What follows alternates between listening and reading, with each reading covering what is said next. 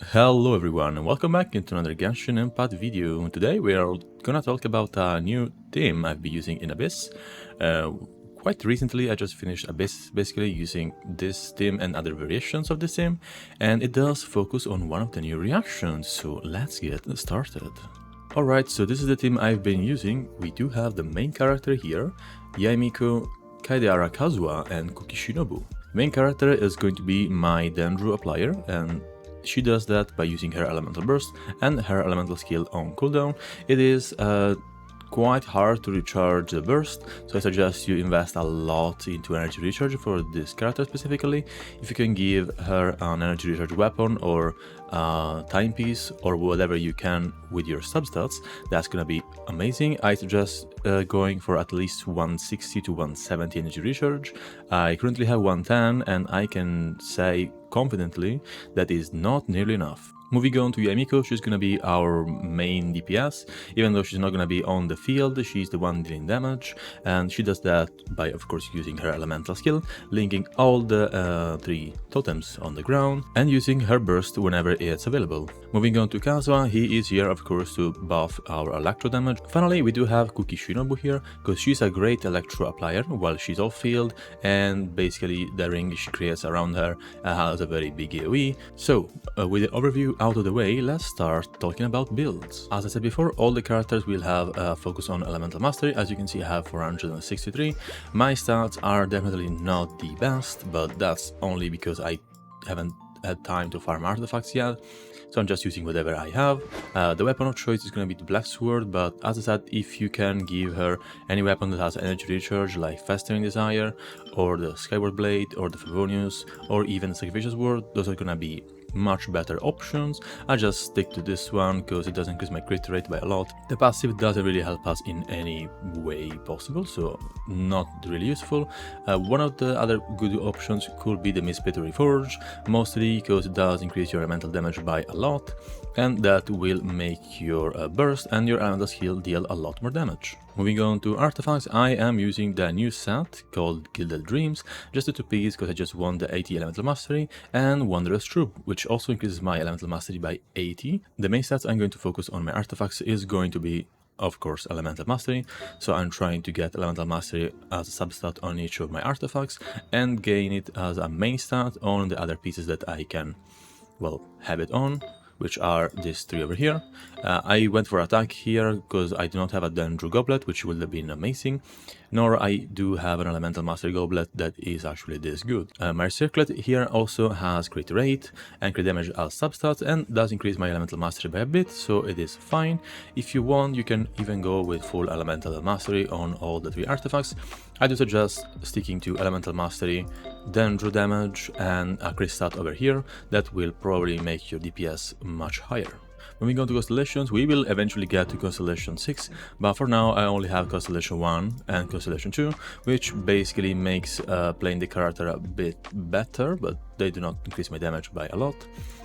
My talents are 3, 7, 8. I do suggest increasing your burst first, then your elemental skill, and do not care about your normal attacks like even a little. They do not really matter at all. We then have 2 passive talents. The first one is going to increase your elemental mastery by 6 per second, up to 10 stacks whenever you're standing in the ultimate's AoE. And the second one is going to increase the Traveler's elemental skill damage and elemental burst damage by respectively 0.15% and 0.1% per point of elemental mastery. So the more elemental mastery you have, the more damage those 2 abilities will deal.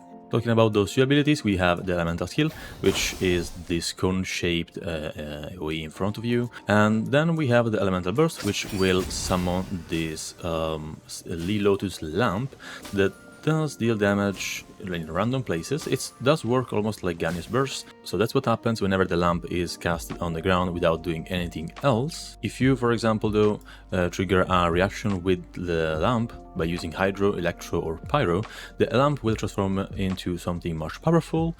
For example, with Hydro, it will basically increase the lamp's AoE and the AoE of its attack. With Electro, the attack speed will increase, so it will attack faster, and with Pyro the lamp will explode, dealing AoE Dendro damage. The Dendro damage being this amount right here. As you can see, it's quite a lot of damage. For this team though, we only care about Electro. That does increase the attack speed of the lamp, which basically means it will attack more and deal a lot more damage. The duration of the lamp is 12 seconds at base, and the cooldown is 20 seconds, and it does cost 80 energy. With Constellation 2 though, the lamp duration is increased by 3 seconds, so the full duration is gonna be 15 seconds. That's the Traveler out of the way. Moving on to Yae Miko. She has just a basic sub DPS build. She does have great stats because mostly the weapon I am using. She does have 300 elemental mastery, 301. She is using the Kaedehara's Verity. You can swap this weapon out for other catalysts. You don't have to use this one, this is just the best in slot. You can even use the Solar Pearl if you want to buy the Battle Pass. You can use the Witsit if you're trying to go free to play. And there's the Mappa Mirror as a craftable option, which is fine. Although if you can try and get at least the Witsit, which is gonna be the best option. Moving on to artifacts, I do not have farmed yet the set she needs, which is going to be the Thundering Fury, but I do have 2-piece Wonder and 2-piece Gladiator, which does increase my damage by a lot. These are my stats, this is what it's just sticking to. Basically, crit stats, energy recharge, and if you can, attack or elemental mastery as a substat. I suggest going for an attack percentage, timepiece, with of course elemental mastery as a substat, electro damage on your goblet, and finally a crit stat on your circlet. She is Constellation 0, but each of her constellations are very good, so if you have any of those, you're gonna be dealing much more damage than I do. Talent wise, I have crowned her elemental skill and burst, so they will deal a massive amount of damage. Her passive talents focuses on basically refreshing your elemental skill whenever you use your elemental burst, and the second one does increase the damage of your elemental skill by 0.15% per point of elemental mastery, so having elemental mastery on her does increase her damage by a lot. Talking about her skills, she does summon these totems on the ground, the Seisho Sakura. You can link up to 3 to them. If you cast one more, it will destroy the first one you created and create a new one. The cooldown for the skill is only 4 seconds, so they do recharge quite fast, and the duration is very high, being at 14, so you don't have to focus on keeping them up too much. You can have 4 only if you have Constellation 2. They will deal this amount of damage whenever your talent is crowned. Basically level 3 means you have linked 3 of the elemental skills. And then we have her elemental burst, which will call down thunder, and then summon 3 more. Because I had 3 totems on the ground. If you have 1, it will summon 1. If you have 2, it will summon 2. If you have 0, it will summon 0 lightning, so it will just do 1 big lightning burst. This is the damage of the skill, and this is the damage of the thunderbolts she will summon whenever you have totems on the ground. The cooldown is quite long, being at 22 seconds, and the energy cost is at 90, so if you can give her any amount of energy recharge, that will make playing her much better. Moving on to our third character, we have Kazuha, and Kazuha is really simple to use. You just give him an elemental mastery weapon, doesn't need to be the Freedom Sworn, it could of course be the Iron Sting. You can craft as many as this weapon you want. I suggest using this one if you can. But if you have the Freedom Sworn, that's the best in slot, because it does also increase the damage of your party members. Artifacts wise, we are going for Viridescent Veneer, that's the only one you want to use. And focus, of course, as always, on Elemental Mastery. If you can, try and get Elemental Mastery on all the 3 pieces I mentioned before, being the Sands, the Goblet, and Circlet. Constellation wise, if you can reach Constellation 2, or if you already have it, that's amazing, because it does increase your party members' Elemental Mastery by 200, so that's quite powerful. My talents at level 9, 9 and 10, that's mostly because I just love playing this character, so I invested a lot into his talents. I do need to have them this high. I just suggest maybe crowning your Elemental Burst, mostly because of the damage he does. His passive talents then are basically this one makes him deal 20% of attack whenever he plunges after absorbing one of these elements with his elemental skill. It will deal this big burst of damage, nothing crazy, but the second one, Poetics of Fubutsu, that does increase the elemental damage of your party members, depending on which element he did swirl. That amount is 0.04% elemental bonus damage per point of elemental mastery, so that's why I do have almost 1000 elemental mastery. You really want to have the highest amount of elemental mastery you can, mostly because of that. This way I almost get 40% elemental damage bonus, and I can always whirl Electro, so yeah, it's quite easy to get a massive amount of elemental damage bonus. And yeah, he also is quite simple to use. You just use his elemental skill. You can either tap it and then launch down, or you can hold it, that way you can pull enemies from much further away, and then plunge as well.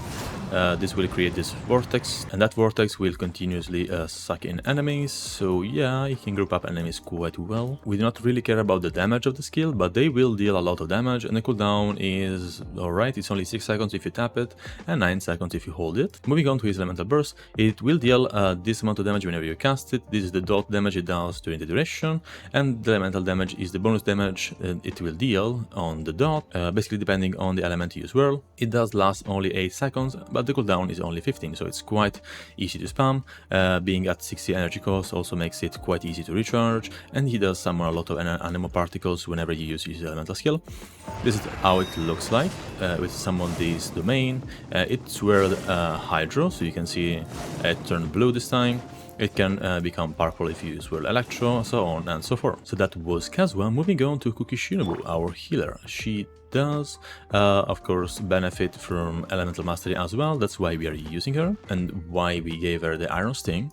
You can see she has 252 elemental mastery. It's not the highest amount in our team, but it does still matter for our build. As for your artifacts, I suggest having a 4-piece set of the Tenacity of the Millet. That way you can give your party members 20% more attack, and since her elemental skill basically lasts forever, it's quite easy to maintain this buff active. Constellation wise, I have Constellation 3. That does increase my elemental burst AoE, and with Constellation 2 it does increase my elemental skill duration by 3 seconds, which is actually quite important. Constellation 3 does only increase the level of my elemental skill. She does have 2 passive talents, Breaking Free, which basically does increase her healing bonus whenever she's under 50% HP, nothing really crazy. And then the second one, which is the one we care about, does increase her healing potential and the damage of her elemental skill by 75% of elemental mastery and then 25% of elemental mastery. So that's why she does scale of elemental mastery as well. Her skills are quite simple. As we said before, they do scale of elemental mastery, but they also scale of her HP, so you want to give her a balance between HP and elemental mastery. You kind of want to reach at least 35,000 HP and then focus on elemental mastery. Also upgrade your elemental skill first, then your elemental burst. This is mostly because your elemental skill is what is going to heal you, which is more important. And as you can see, those 3 seconds will basically make it no cooldown, because it lasts 15 seconds, the cooldown is 15 seconds, so you're gonna have that skill always active, and this is how it looks like. You will trigger E, she will lose some health, and that's just a percentage health. You cannot die from the skill. She will actually become immune to taking this kind of damage whenever she's under 20% of HP. Then yeah, it does heal more if she's under 50%, but it does already heal you enough, I will say. It does pulse, as you can see, once in a while, dealing AoE electro damage, and having no cooldown is amazing because you can just keep doing this over and over and keep your characters healed and deal extra damage. Moving on to the elemental burst, it is nothing crazy. It does deal damage based on her max HP. It does last more depending on how low her HP is, and the cooldown is 15 seconds. The cost is also 60, so it's not that high, and having 2 electro in the team will make us regenerate energy much easier. And this is how it looks like. She will slam sword into the ground, getting these huge AoE thanks to Constellation 1 that will basically deal a lot of electro damage and also proc it on a lot of enemies. Alright, so with the team out of the way, let's now talk about the reaction we're gonna use. The reaction we're gonna trigger is called Quicken. Quicken creates an aura on the enemy that will basically leave him with this debuff. It will not deal damage on itself, and whenever they are affected by this aura, they will take increased electro damage or dendro damage. If you attack them with Electron, the reaction which is gonna happen is called Aggravate. If you do that with Dendro, it's called Spread. It's basically the same thing, just has different names for different elements. It's nothing crazy to understand, but it is kind of confusing. Basically, the damage increase is a flat amount depending on your elemental mastery and your character level. You can track the amount of damage bonus you get right here on the question mark on your elemental mastery stat. It does say right here, increase the damage bonus provided by Aggravate and spread by, in this case, 100%. So we'll deal 100% more bonus damage whenever we trigger Aggravate. As I said before, you can trigger Aggravate by attacking the enemy with Electro or Dendro, and you can do that with an Anemo character as well. That's why I am using Kazuha here. It's not only to debuff the enemy and removing some Electro resistance, it's also because he can actually deal Electro damage. So yeah, let's have a look at what I just have been talking about. I can apply Dendro to the guy here, then Electro, that way I trigger Quicken. You can see that little like, let's call it Electro aura he has around, those like sparks and lightning bolts, and you can see that I'm triggering a lot of aggravates right now, and that's basically the damage bonus being applied. When the aura is going to be removed, I will not be able to get the damage bonus, so I will deal less damage.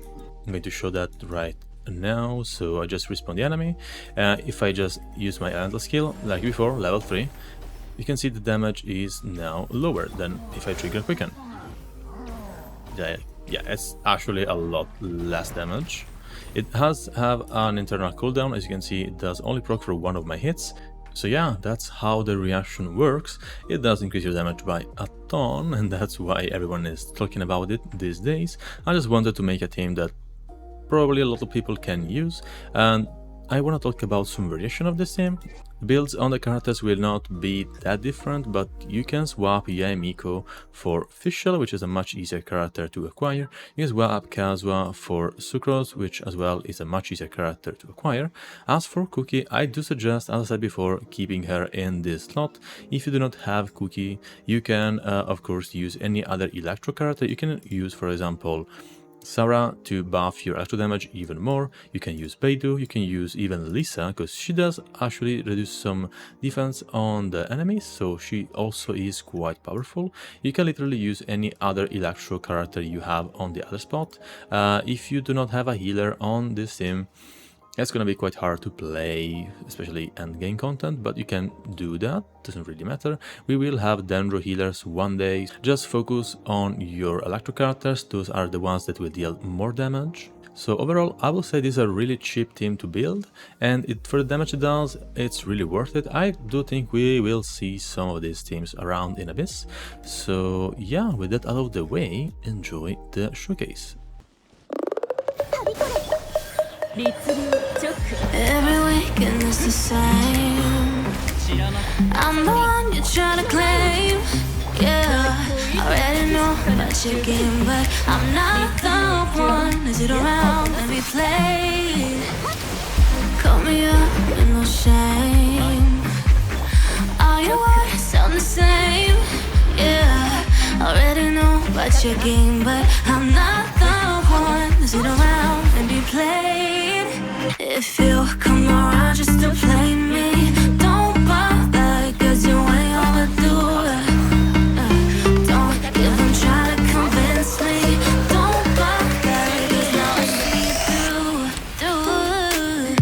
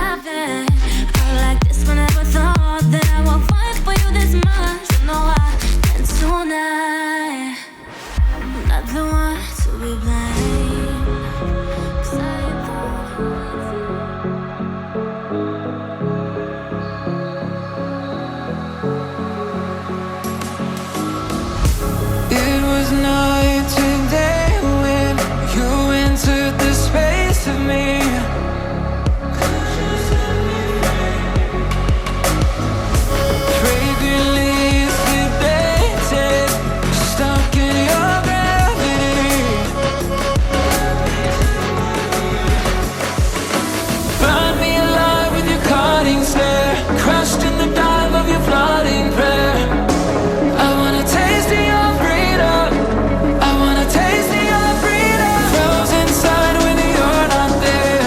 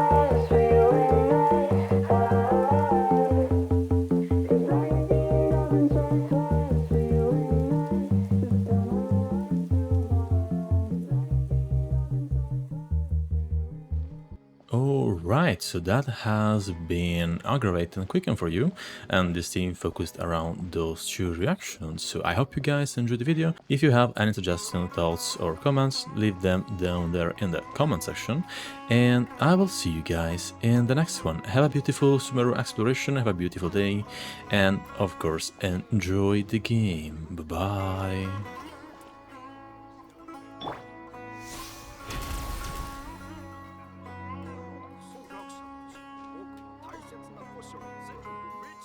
With frost, cold night in the winter, how cold.